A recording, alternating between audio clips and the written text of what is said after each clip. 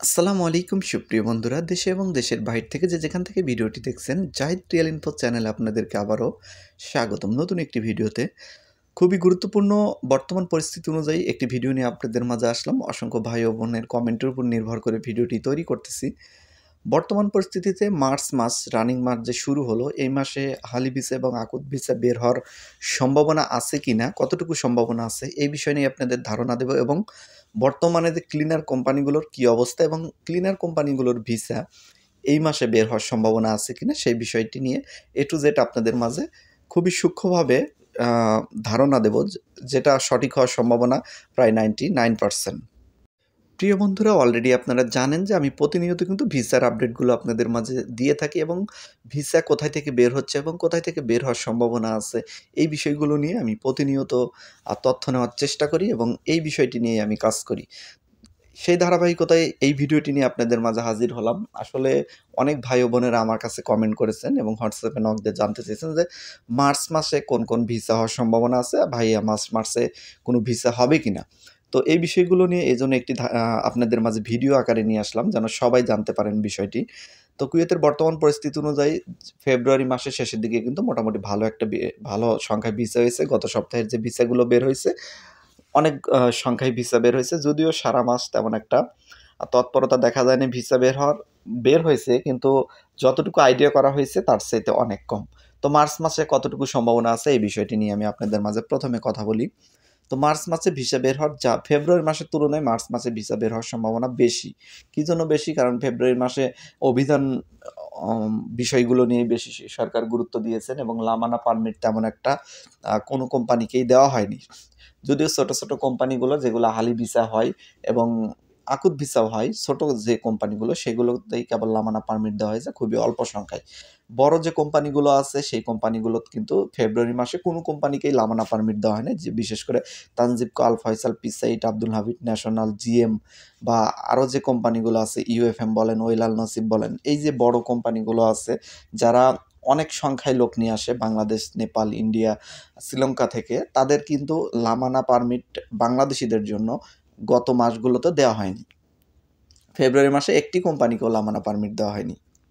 তো মার্চ মাসে কতটুকু সম্ভাবনা আছে এই বিষয়টি নিয়ে আমি একদম ভিডিও শেষে আপনাদের মাঝে বিস্তারিত কথা বলবো। আগে বলি আহলি ভিসা নিয়ে আপনাদের মাঝে কিছু ধারণা দিয়ে দিচ্ছি।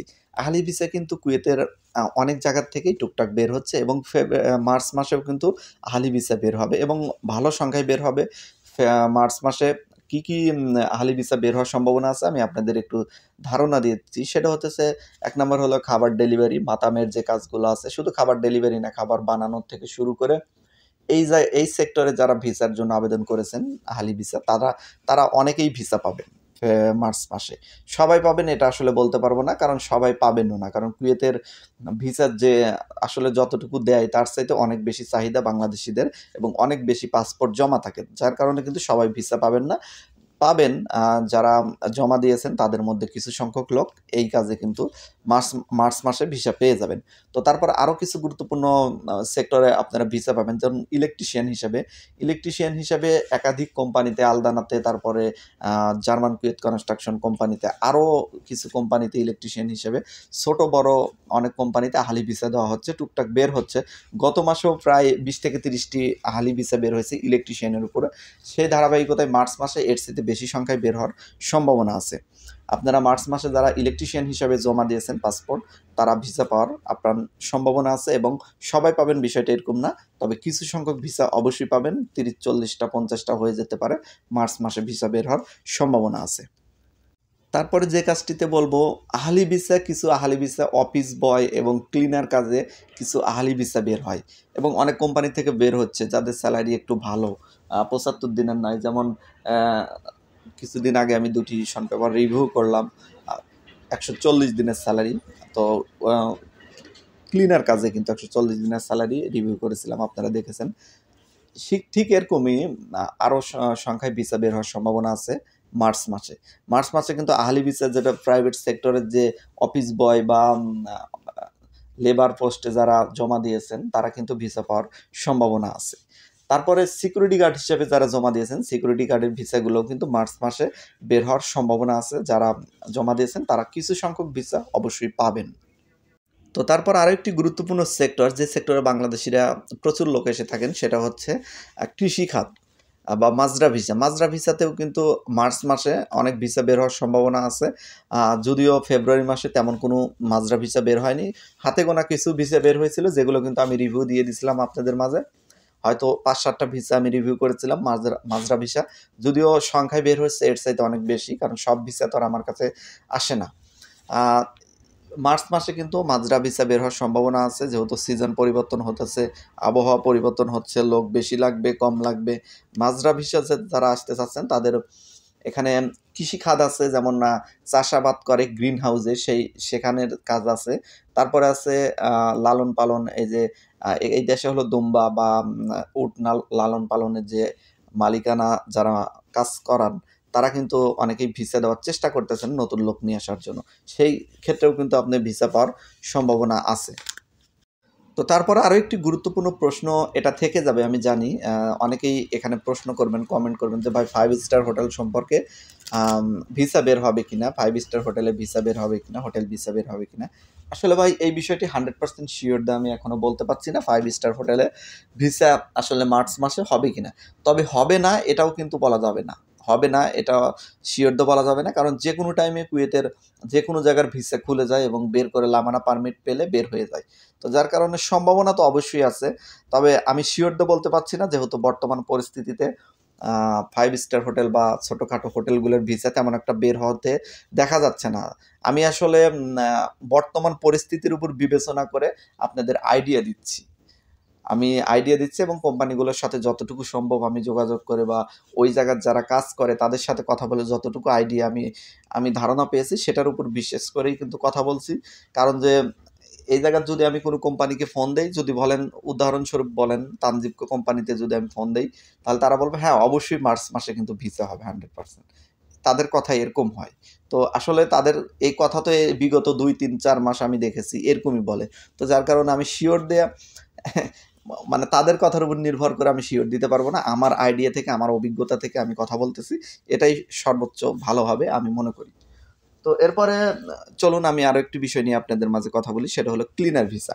যারা ক্লিনার ভিসাতে আসার জন্য অপেক্ষা করতেছেন, আমি একসাথে সব কোম্পানির আপডেট দিয়ে দিচ্ছি। তানজিবকো, আল ফয়সাল, পিসাইট, আব্দুল হামিদ ন্যাশনাল, জিএম, ওয়েলাল নসিব সহ আরও যে কোম্পানিগুলো আছে, সুইডিশ বলেন বা ইউএফএম বলেন, সব কোম্পানির উদ্দেশ্যে আমি বলতেছি। আপনাদের আসলে কোম্পানির নাম ধরে ধরে একটি একটি করে বলা উচিত ছিল, কিন্তু ভিডিওটি অনেক বড় হয়ে যাবে, যার কারণে সবার উদ্দেশ্যে বলতেছি।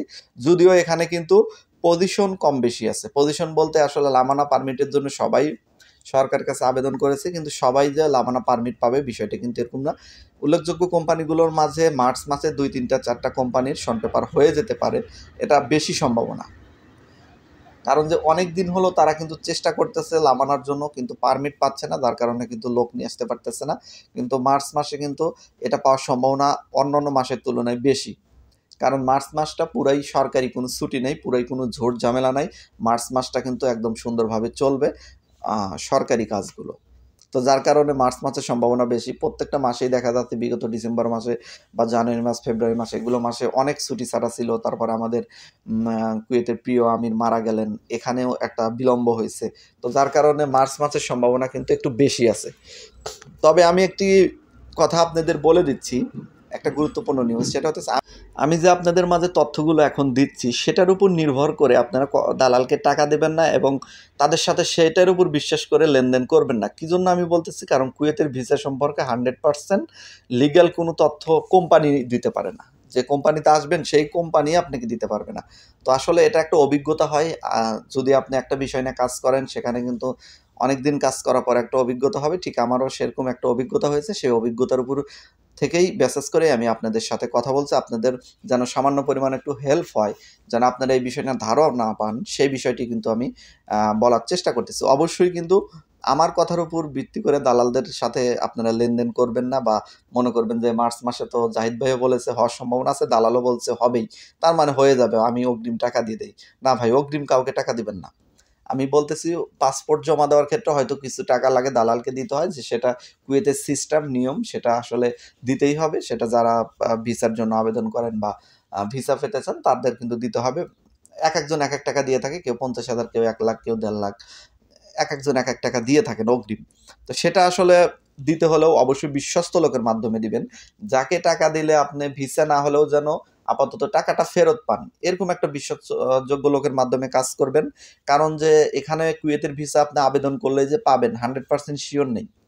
আপনার কপাল ভালো হলে তাড়াতাড়ি পেয়ে যেতে পারেন, তারপরেও অনেক সময় দেরিতেও পেয়ে যেতে পারেন, কিন্তু পাবেন যে এটা 100% শিওর নেই। আমার সাথে আমার বন্ধু এসেছে, আমি তার উদাহরণ দিচ্ছি। কিছুদিন আগে একটি ভিডিও দিয়েছিলাম, গাড়ির ভিতর দেখছেন। আমি ওই বন্ধুর কথাই বলতেছি। ওনার আব্বা থাকে কুয়েতে, 20 বছর হলো। উনি ওনার ছেলের জন্য টানা 5 বছর কুয়েতে ভিসার এপ্লাই করছেন অনেক কোম্পানিতে। করে, করে 5 বছর পরে কিন্তু ওনার ছেলের ভিসা পেয়েছেন। তাহলে দেখেন একটা মানুষ কুয়েতে অবস্থান করতেছে, তারপরেও তার এত টাইম লাগলো। আসলে কুয়েতের ভিসাটা এরকমই। সবাই মানে দালালদের কথা শুনে যে আপনাকে বলল যে 3 মাসের ভিতর দিয়ে দেবো, এটা বিশ্বাস করে টাকা দিয়ে দিলেন। বিষয়টা এরকম না, মোটেও এরকম না। এটা অবশ্যই লাক ফেভার করতে হয়। অনেকের হয়ে যায়, অনেকের 3 মাসের ভিতর হয়ে যায়। এটা আমিও জানি। আমারও 3.5 মাসের ভিতর হয়েছিল আলহামদুলিল্লাহ। এটা অবশ্যই লাক ফেভার করতে হবে। সবার ক্ষেত্রে কিন্তু হবে না। এটা মাথায় রেখেই আপনারা লেনদেন করবেন আশা করি। তো ক্লিনার কোম্পানিগুলোতে কিন্তু শন পেপার হওয়ার সম্ভাবনা আছে। আমি যদি কোনো কোম্পানিতে শন পেপার হয় সবার আগে কিন্তু আপনাদের মাঝে আপডেট নিউজ নিয়ে হাজির হব। তো প্রিয় বন্ধুরা, আশা করি বুঝতে পেরেছেন, ভিডিও থেকে সামান্য পরিমাণ হলেও আপনাদের উপকার হবে। আপনারা পুরো ভিডিওটা দেখবেন এবং যার যে কোনো বিষয় জানার থাকলে অবশ্যই কমেন্ট করবেন। আর আপনাদের বন্ধুদের মাঝে অবশ্যই মূল্যবান ভিডিওটি শেয়ার করে ছড়িয়ে দেবেন, লাইক কমেন্ট করে দেবেন। আজকের মতো এখানেই বিদায় নিচ্ছি। সবাই ভালো থাকবেন। সবার জন্য শুভকামনা রেখে আল্লাহ হাফেজ।